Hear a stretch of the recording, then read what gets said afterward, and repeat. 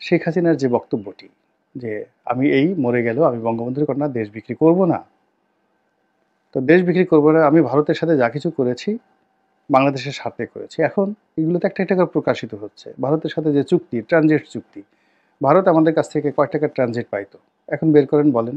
কিন্তু ভারত ট্রানজিট বন্ধ করে দিয়েছে ২,০০০ কোটি টাকা লস।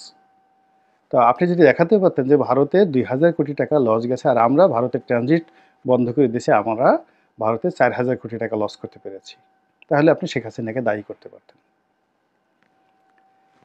তো এই জিনিসগুলো সামনে আসছে, প্রচণ্ডভাবে সামনে আসছে। এখন চীন দেশে আপনি চিকিৎসার জন্য হাসপাতাল নিয়োগ করে আসছেন, কিন্তু কয়জন লোক চীনে গেছে? আপনি পাকিস্তানের লোক পাঠাবেন, ইরানের লোক পাঠাবেন, সরাসরি প্লেন পাঠাবেন সেখান থেকে। এই যে ভাইবগুলো, গল্পগুলো, সেই গল্পগুলো এখন সব ভুয়া ভুয়া, চারিদিকে শুধু ভুয়া ভুয়া শব্দ উঠছে। এই যে ভুয়া শব্দগুলো উঠছে, এগুলো দেখে আওয়ামী লীগের লোকজন কি আনন্দ হচ্ছে আপনি চিন্তা করেন তো। এই মুহূর্তে যে কক্সবাজারে যে ঘটনাগুলো ঘটছে, রোহিঙ্গাদের ওখানে যে ঘটনাগুলো ঘটছে, করিডোর নিয়ে, সেন্ট মার্টিন নিয়ে যে ঘটনাগুলো ঘটছে, এগুলো সবই শেখ হাসিনা বলে গেছেন। এবং তিনি এও বলে গেছেন যে আমি এই কাজগুলো করলে আমাকে ক্ষমতা থেকে যেতে হবে না, কিন্তু আমি এই কাজ করবো না, আমি ক্ষমতা থেকে চলে যাব। এটা সে ২০২৩ সন থেকে বলে আসছে।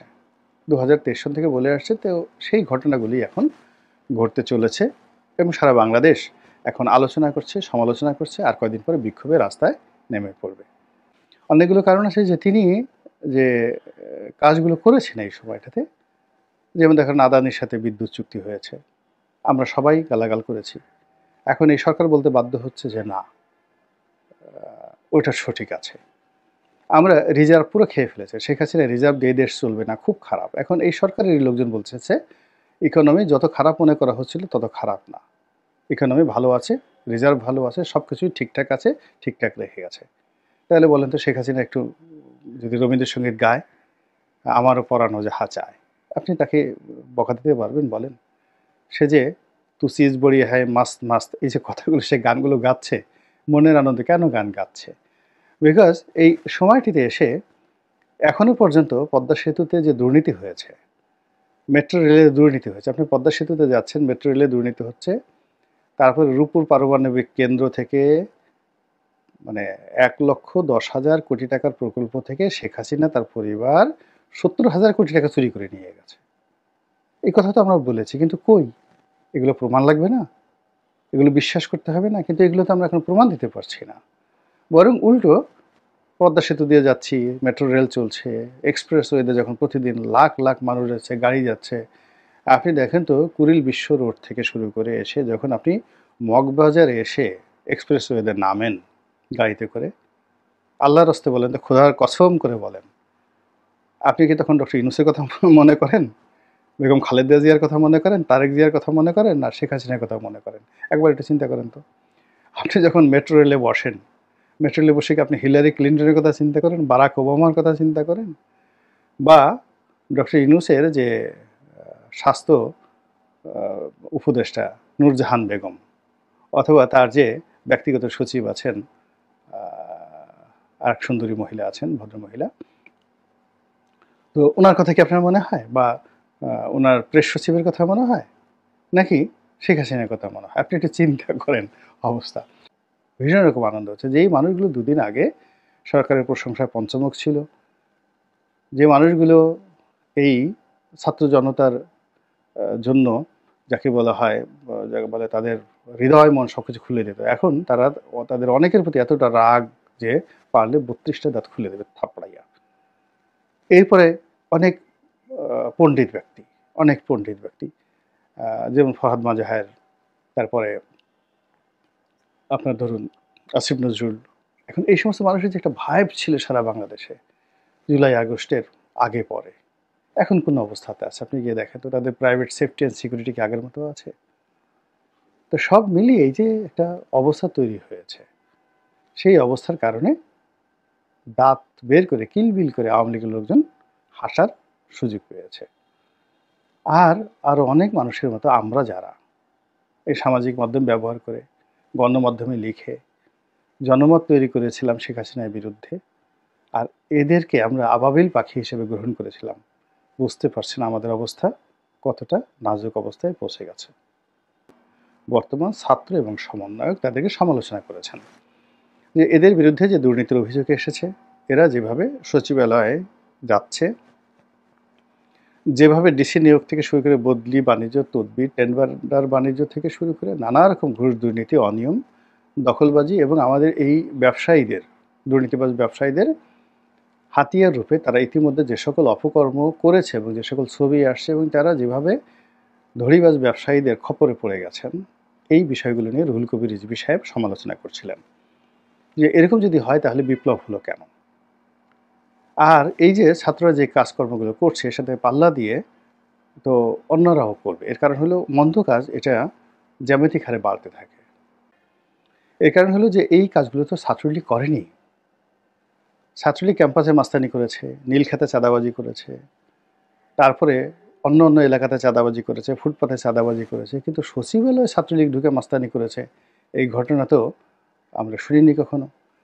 ছাত্রলীগের প্রেসিডেন্ট, সেক্রেটারি, বাংলাদেশের যেখানে সবচেয়ে বড় সংগঠন, 20 লাখ থেকে 30 লাখ ছাত্রের একটা সংগঠন, সেখানে ছাত্রলীগের সভাপতি মানে বিশাল ব্যাপার।